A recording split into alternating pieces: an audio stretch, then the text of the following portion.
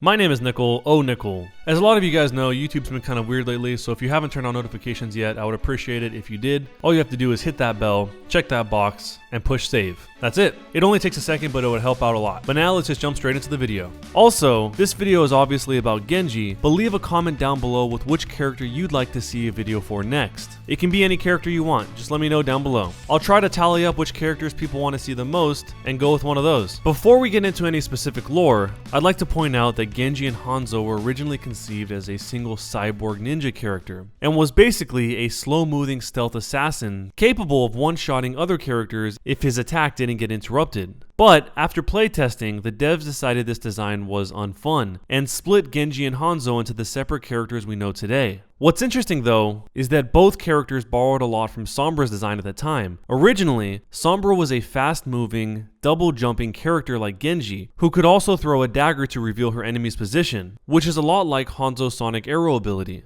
So in a sense, Sombra has actually been around for a long time, but had to be reworked after Blizzard came up with Genji and Hanzo, which is why she was only released relatively recently. But back to Genji's story, because both characters began as a single character split in two, it makes sense that the story of Genji can't be told without including his brother Hanzo. Both of them are direct descendants of the Shimada crime family, a clan of assassins based in Hanamura that specialize in the trade of illegal weapons and substances. Both brothers went through training to obtain their caliber of assassination skills, but where Hanzo wished to honor the father's legacy as head of the Shimada clan, Genji wanted nothing to do with their criminal enterprise. He preferred the carefree, playboy lifestyle, and because of this, many in the clan saw Genji as a liability. And the tension in the clan only grew when their father died an untimely death. Being the eldest, Hanzo inherited his father's position as the leader of the Shimadas, and when this happened, the clan elders pressured Hanzo to bring Genji into the fold, so that the brothers could lead the clan together. Hanzo confronted Genji, who once again refused to join in the clan's illegal activities. This made Hanzo fly into a rage and attack Genji, leaving him on the brink of death.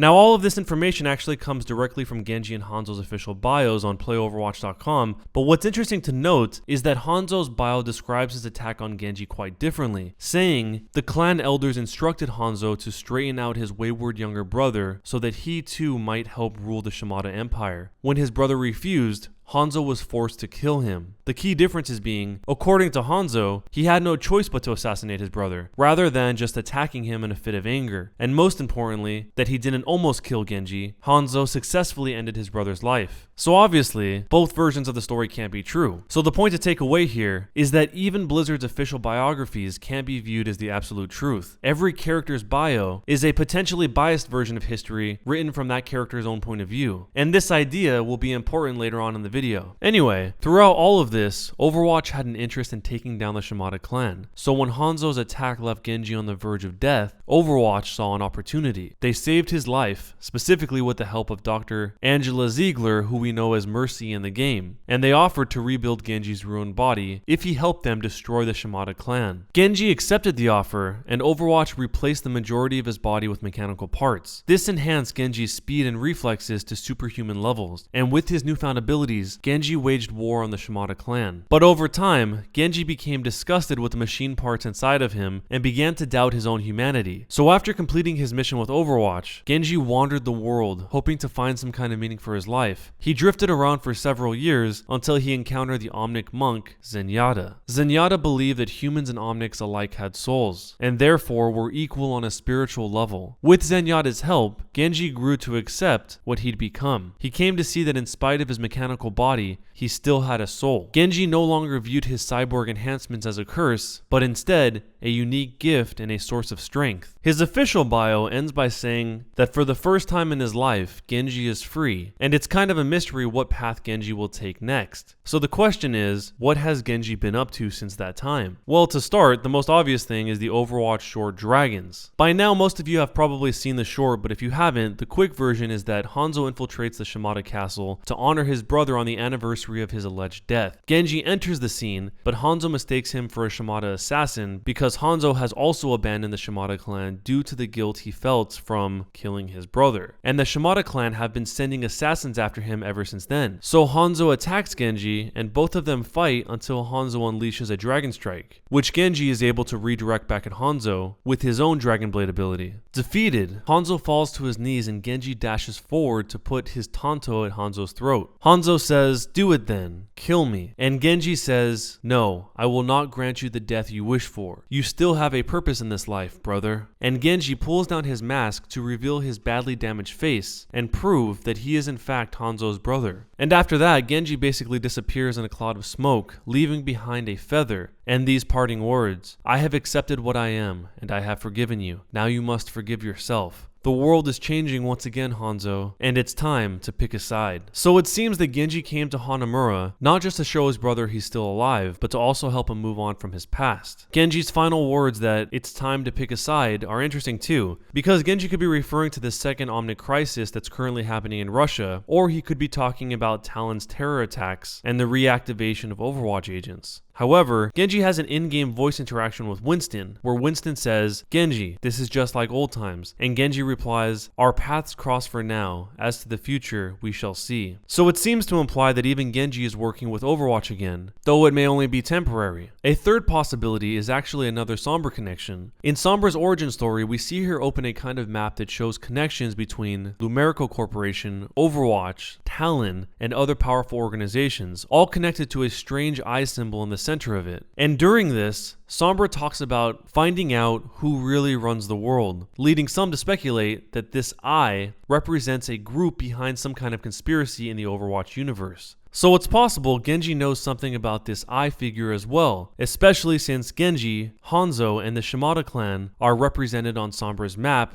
as players in the conspiracy. There are actually a few other things in the short that you can draw information from. One of them is that Hanzo leaves an offering at the shrine of incense and a feather, similar to the feather Genji left behind when he disappeared. Then there's also the Overwatch skin of young Genji called Sparrow. So it's possible Sparrow was Genji's nickname growing up, with the feathers being a symbol of that. Also, during their fight, Hanzo shot several arrows at Genji, while Genji sent some throwing stars back at him. I think at this point most people realize the castle they fought in is also the final control point in the Overwatch map Hanamura. But if you look in the map, you can actually see 3 of Genji's throwing stars still stuck into the wall at the same place he threw them in the animated short. And one of Hanzo's arrows is also lodged into a small pavilion right in front of the castle. And probably the most mysterious and interesting detail in the short is the tapestry which Hanzo leaves his offering in front of. You can see there's a large gash in it, as if it was cut by a sword, and a bloodstain next to the cut. Together, these marks tell a story. It looks almost as if something was severed, like a head or an arm, because the angle of the cut shows a chopping motion, and the blood that follows the cut suggests that the blood and the cut were from the same attack. If someone was chopped in the body, the blade probably wouldn't extend past him, and at the same time cut the tapestry. So just by looking at it, it seems more likely that it was either a beheading or the severing of a limb. The tapestry with the cut and the bloodstain is also present in the Hanamura map as well. Hanzo lays his incense directly in front of the banner, and some believe this isn't by coincidence, that there was a person beheaded in front of the banner, and that person was Genji, who was beheaded by Hanzo for not joining the clan. In a Reddit thread discussing this theory called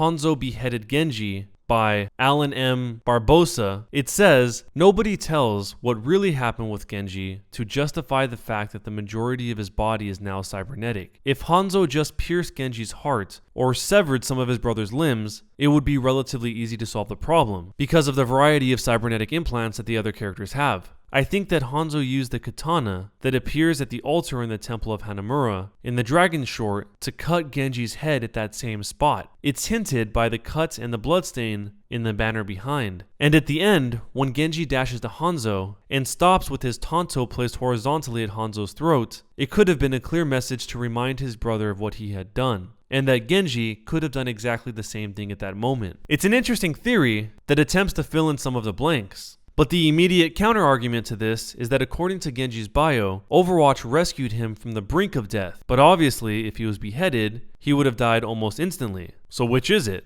That brings us back to what I mentioned at the start of the video, that the Overwatch bios are biased accounts of the character's history. After all, according to Hanzos Bio, Genji was dead. This beheading theory would explain why Hanzo was so shocked to see his brother alive, because he looked as if there was no possible way that could be Genji, and could also explain why Genji felt so repulsed by his robotic body, as it involved him literally being brought back from the dead. And we also know that in-game, Mercy is capable of resurrecting dead characters. And Mercy is also who gave Genji his cybernetic body. And if he was beheaded, he was resurrected. So I'm interested to see what you guys think about that theory and how everything might lead there, because I'm sure there's a lot of holes you guys could poke in it. But let me know down below in the comments. Do you think this theory has any merit, or do you think you have a better theory? Let me know down below. And just to end things on a lighter note, Genji was briefly in the Overwatch comic Reflections. You see him on Christmas Eve writing something with a feather, possibly to Mercy, while his pal Zenyatta meditates in the background. And that's everything for the video. Don't forget to leave a comment down below with what character we should do next. One last thing before I go, if any of you guys want to submit stories for me to talk about in future videos, all you have to do is go to the Discord link that is in the description of this video.